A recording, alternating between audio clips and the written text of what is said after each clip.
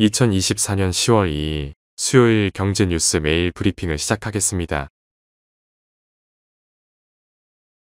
30일 한국거래소에 따르면 밸류업 지수는 2.8% 내린 992.13에 장을 마쳤다. 양대 시장 지수인 코스피와 코스닥보다 낙폭이 컸다. 현재 밸류업 지수에 포함된 100개 종목 중 기업가치 재고 계획을 공시한 기업은 7곳에 그친다. 이 중 제조업 계열은 현대차와 DB하이텍 등 2곳뿐이다. 앞으로 지배구조, 주주환원, 수익성, 성장성 등 각 기업에 필요한 부분을 얼마나 충실하게 계획에 담느냐에 따라 밸류업 지수에 대한 평가도 달라질 것으로 보인다. 일단 4분기 중 기업가치 재고 계획을 공시하겠다고 예고한 기업은 20곳이다. 밸류업 지수에 포함됐지만 아직 공시를 하지 않은 기업 중에서도 내부적으로 검토를 하는 기업들이 일부 있는 것으로 전해졌다. 이제 4분기 기업들이 내놓는 기업가치 재고 계획에 따라 밸류업 프로그램의 초반 성패가 판가름 날 것으로 보인다. 다음 뉴스. 1일 MP닥터에 따르면 SM은 코리아 밸류업 지수가 발표된 지난달 24일 이후 5거래일간 13.20% 오르며 6만원대 중반에 안착했다. 올 들어 지난달 23일까지 누적 하락률 35.83%를 기록해오다 이뤄낸 반등이다.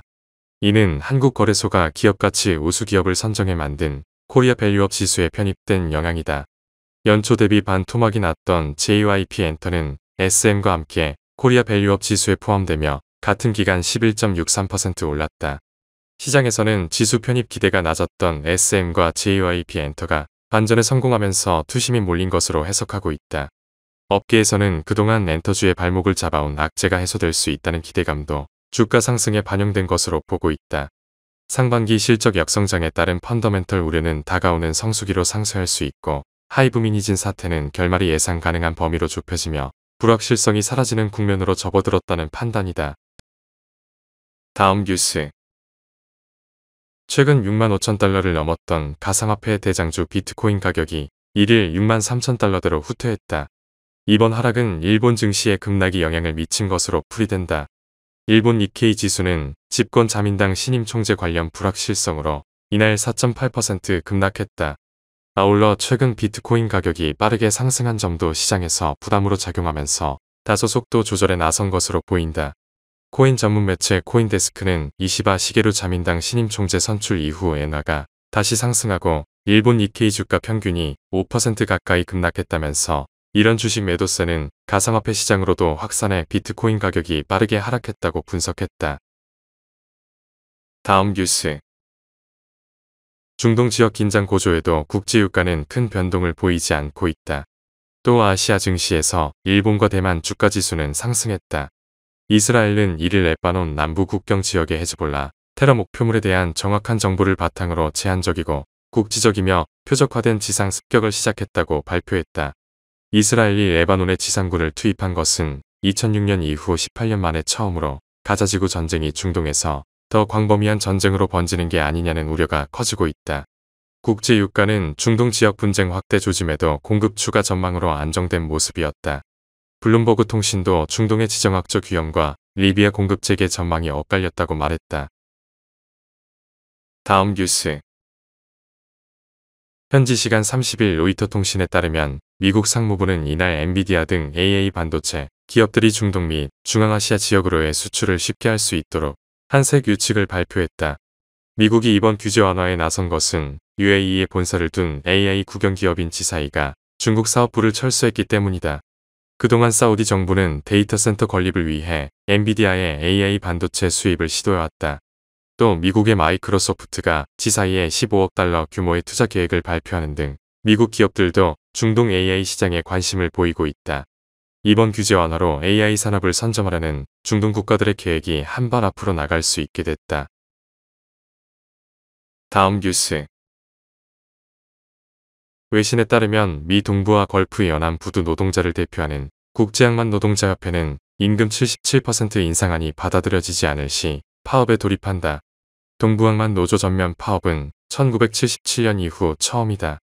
미국 전체 컨테이너 물동량의 상당 부분을 동부항만이 처리하고 있어 노조 파업으로 운영이 중단될 경우 미국 경제 전반에 미칠 피해는 상당할 전망이다.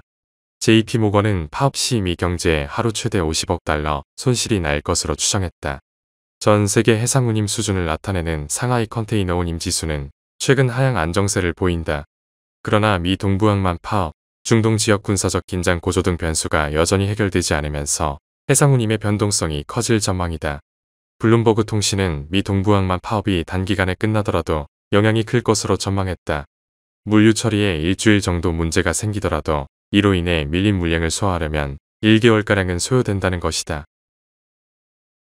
다음 뉴스.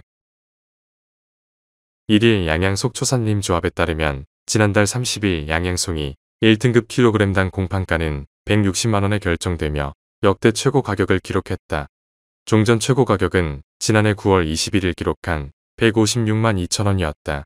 이날 양양송이 다른 등급의 경우 2등급 128만원, 3등급 63만 5,700원, 3등급 60만 3,750원 등 외풍 44만 1,600원에 거래됐다.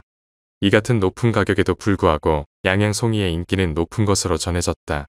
현지 업주 등에 따르면 1등급 상품은 내놓는 순간 바로 팔리는 것으로 알려졌다.